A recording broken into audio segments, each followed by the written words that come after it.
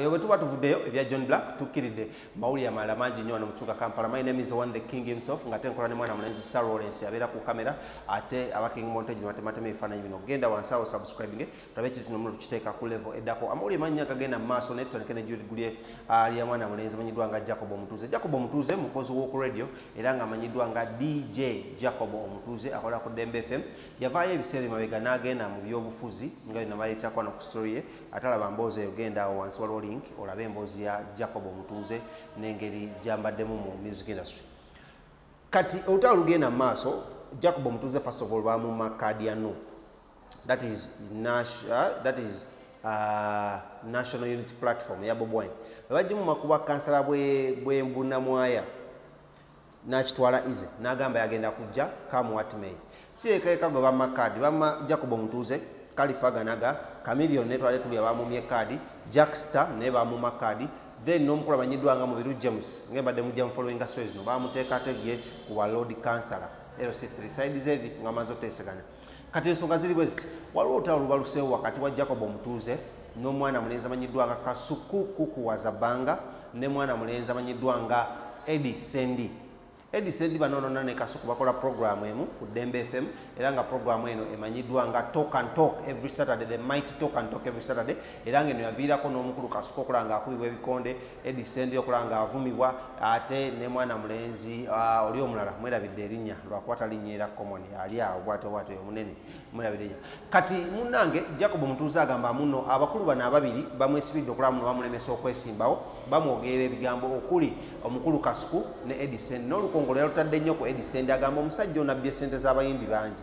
Ekisooka musajja mukulu tasobola kwachivinga Jacob Omutuuze by'achivinze mu budde obutono ennyo n'agamba ye yagula ennyumba yakulira Kasasiro yakulira ku street zo Kampala Road n'asomera okwo n'ajja ne yeeyiya n'ayingira radio era abadde mu radio business for a long time era nga alina binnyo byakoze ti byagikozeemu. N'agamba muno Eddie Sendi ne waba agenze ku malaalo ne waba agenze ku musawo yenkana kino waba agenze ku ddogo ne waba ayise misambwa he can't afford pulling him down. Ontekera bunyo so olutalo lukyagenda maaso. Why is Eddie Sendi fighting with omukulu amanyiddwa nga Jacob Omutuuze? They work for the same station, same media house emanyiddwa nga Nation Media.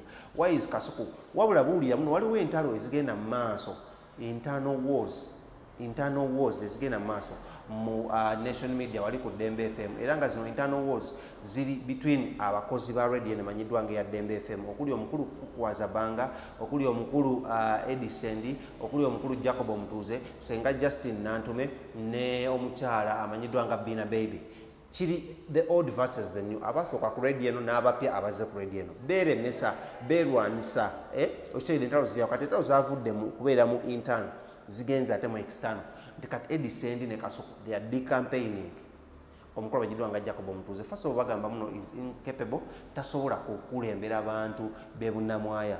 Second bagamba muno omusajja muli wankwe tayagaliza alina omutima omubi okitegedde bunyo nti no ne wana bagenzi agenda kuwalira just kasente agenda kukwata kulina abantu kyakulira abantu talina gwayagaliza. Third bagamba muno omukulu ono alimu ekibeerabeera mu kisega benjogera bintu. Jacob Omutuuze in reply in reversion yagambye nti no Eddie Sendi is only paid 600,000 kitegeeza emitwalo 6 ku radio. Omusajja w'emyaka egyo to be paid all that money Jesus Christ obusente butono nnyo. Kigamba muno ye Kasuku bamubuulire kulya ssente kuva mu bagagga nga Brian White beerangidde ebintu bingi nnyo n'atuuka n'omugamba muno Eddie Sendi and Kasuku was behind abantu abaatwala football team yali ya Bunnamwaya FC ne bagifuula Wakiso Giants.